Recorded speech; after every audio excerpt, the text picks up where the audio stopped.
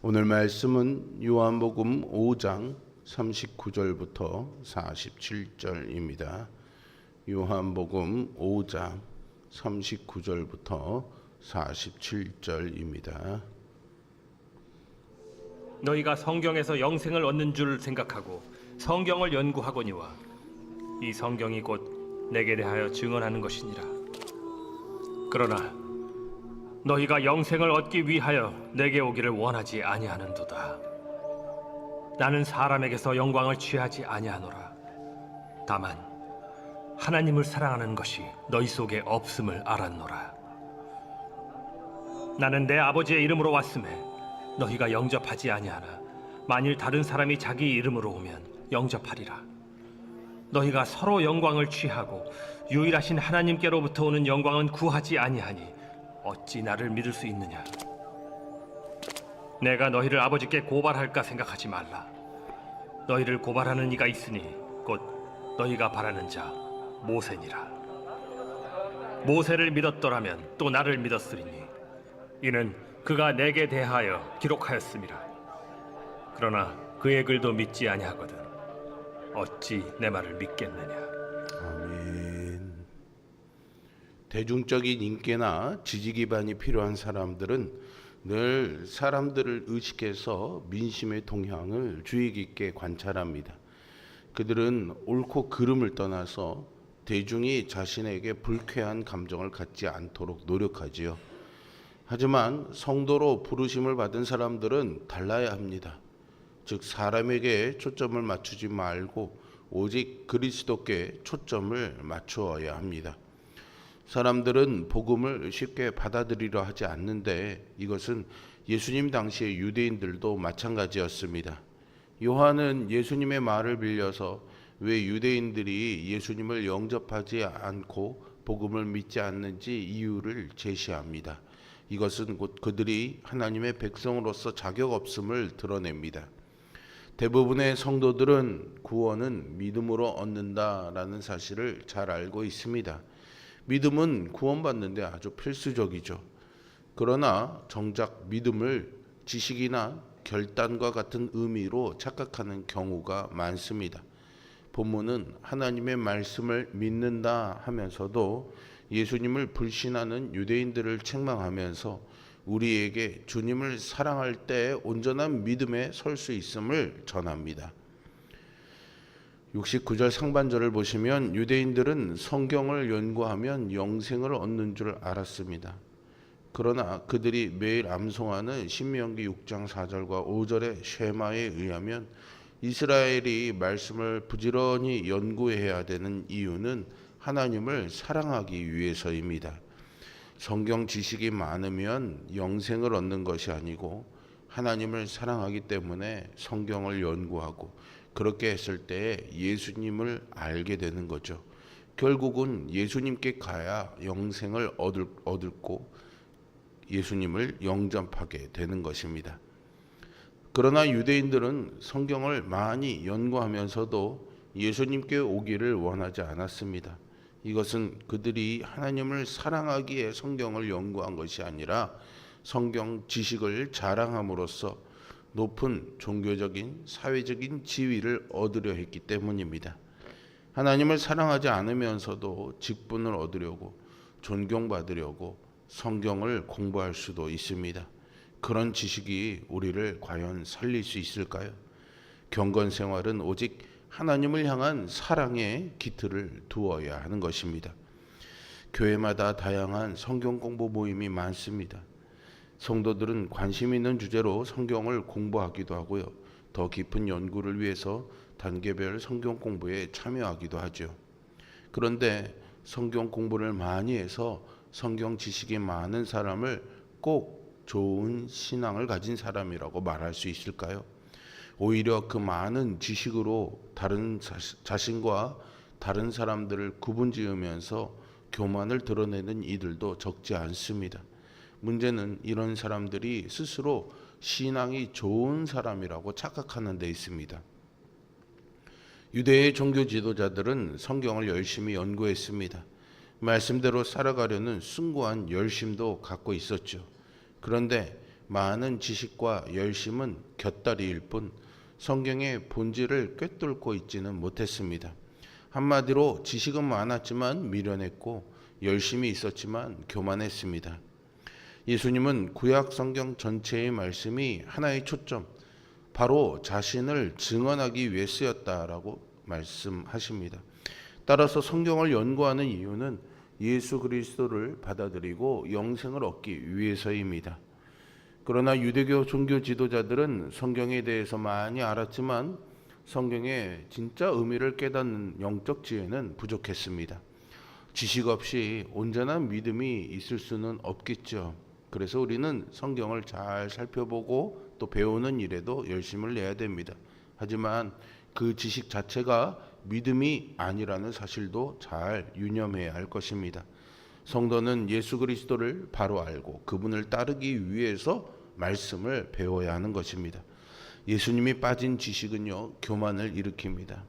예수님에 대한 참된 지식이 믿음의 기초가 됩니다.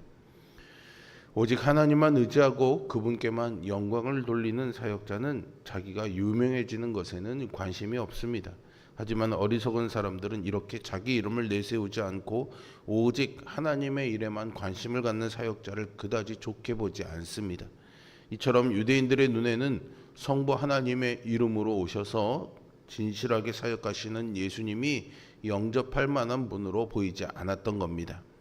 예수님은 그들이 자기 이름을 내세우며 인기를 얻고자 하는 자를 영접하리라고 꼬집으십니다. 하나님으로부터 오는 영광은 안중에도 없고요. 자기네들끼리 거짓 영광을 주고받고 있다는 것이죠. 그러니 당연히 참된 구원자이신 예수님을 믿을 수가 없습니다. 우리는 대중적인 인기를 끄는 사역자들에게 관심을 갖기보다 이름도 없이 빛도 없이 사역하는 자들에게 주목하는 지혜를 가져야 합니다. 예수님은 유대인들이 율법을 중시하면서도 정작 율법을 믿지는 않는다라고 지적하시는데요. 그래서 그들을 하나님께 고발한 사람은 그들이 그토록 숭상하는 모세라고 율법에 의해 고발과 심판을 당할 거라고 하십니다. 만약 유대인들이 율법을 올바르게 해석했다면 메시아 예수님을 알아보았을 것입니다. 하지만 그들은 율법을 자신의 종교적인 지위를 높이는 데 사용했을 뿐 하나님을 사랑하며 높이는 데는 사용하지 않았습니다. 즉 유대인들은 실제로는 모세의 말을 믿지 않았고 결국 예수님의 말씀도 믿지 못했죠. 불신자들만 성경을 믿지 않는 것이 아닙니다. 성경의 내용을 줄줄 읊을 수 있더라도 정작 그 가르침에 따라 살지 않는다면 성경을 과연 믿는다 할 수 있을까요? 예수님이 유대인에게 하신 책망이 우리에게 향하도록 해서는 안 되겠지요. 복음 전도자 무디는요, 그리스도인을요 세 가지 부류로 나누었습니다. 첫째는 하나님이 무서워서 그리스도인이 되는 사람, 지옥에 가는 것이 두려워서 섬기는 노예가 되는 사람이죠. 두 번째는요, 삭을 받기 위해 하나님을 섬기는 피고용자 같은 사람. 세 번째는 사랑의 감동을 받고 사랑하며 섬기는 아들입니다. 이 같은 분류는요, 오늘날에도 마찬가지입니다. 천국은 없다, 하나님은 없다 하다가 죽은 뒤 그때 후회해도 소용없으니 보험 삼아 믿어보라고 전도하는 사람이 있습니다. 예수님 믿으면 복받아서 집안의 모든 일들이 잘 풀리고 부자가 된다며 전하는 사람도 있죠. 온전한 믿음은 나한테 무엇이 채워질지 계산하는 태도에서 나오는 것이 아닙니다. 예수님은 성경 지식도 많고 종교적 열심도 있는 유대 종교 지도자들이 참된 메시아이신 예수님을 영접하지 못하는 이유를 간파하셨습니다. 그것은 하나님을 진정으로 사랑하지 않기 때문입니다. 베드로는 모두가 주님을 버릴지라도 자신은 절대로 버리지 않겠다고 호언장담했습니다. 그러나 그는 결국 예수님을 부인하고 저주까지 했죠.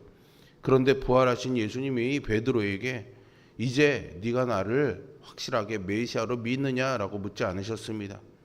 예수님은 낙심한 베드로에게 찾아가셔서 내가 나를 사랑하느냐라고 질문하셨죠. 성도는 사랑으로 믿음을 고백해야 합니다.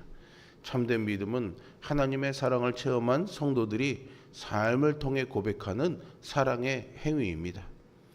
믿음은 구원의 가장 중요한 덕목입니다. 그러나 세상에는 믿는다고 하면서도 종교인으로만 살아가는 사람도 있고 죽은 믿음으로 살아가는 사람도 있습니다. 참된 믿음은 지식을 통해서도 종교 활동을 통해서도 얻는 것이 아닙니다. 오직 주님을 향한 사랑이 온전한 믿음을 세운다는 사실을 알고 우리는 더욱더 주님 사랑하며 살아가기를 사모해야 하겠습니다. 예수님의 제자는 자기 영광이 아닌 하나님의 영광만 추구하며 성경을 믿고 따라가야 합니다. 만약 그러지 않으면 하나님을 사랑해서가 아니라 사람들에게 영광을 얻기 위해 성경을 공부하고 교회를 섬기는 셈이죠. 우리 신앙이 얼마나 진실하게 바르게 서 있는지를 돌아보고 절대로 이 유대인들과 같은 태도를 보이지 않도록 노력해야 하겠습니다. 유대인들은 성경에 대한 해박한 지식을 갖고 있었고 율법 중심적인 삶을 살았습니다. 그들은 율법에 모든 초점을 맞추고 살았지만 율법의 중심이신 그리스도만큼은 외면하고 말았죠. 성도들이 이런 함정에 빠지지 않도록 주님께 온전히 초점을 맞추며 살아가야 할 것입니다. 그러면 마지막 때 주님께 칭찬을 듣는 참된 성도가 될 것입니다. 오늘도 우리의 마음을 그리스도께 맞추며 살아감으로 인해서 참된 그리스도인으로 살아가시기를 주님의 이름으로 축복합니다. 기도하겠습니다. 진실하시고 성실하신 아버지 하나님, 오늘도 겸손하게 말씀 앞에 엎드리며 우리 앞에 판단, 우리의 모든 생각, 우리의 가치 기준들을 내려놓고 이 말씀을 온전히 받습니다. 주님을 사랑하는 마음을 우리 안에 부어 주시옵소서. 하나님을 사랑하는 깊은 경험을 통하여 말씀 앞에 서는 우리들 되게 하여 주시옵소서. 나를 위하여 주님을 이용하는 우리들 되지 말게 하여 주시고 주님을 위하여 나를 드리는 그런 삶을 살아가는 우리 모두가 되게 하여 주시옵소서. 오늘도 그 주님의 인도하심 가운데 살아가며 우리의 믿음을 지켜나가는 일에 성령님의 도우심을 구합니다. 성령님 이 시간 임재하셔서 우리의 심령을 붙잡아 주시고 말씀 부어주시고 생각나고 깨닫게 하여 주시어서 말씀이 우리를 이끄는 삶이 되도록 인도하여 주시옵소서. 예수 그리스도의 이름으로 기도합니다. 아멘. 하늘에 계신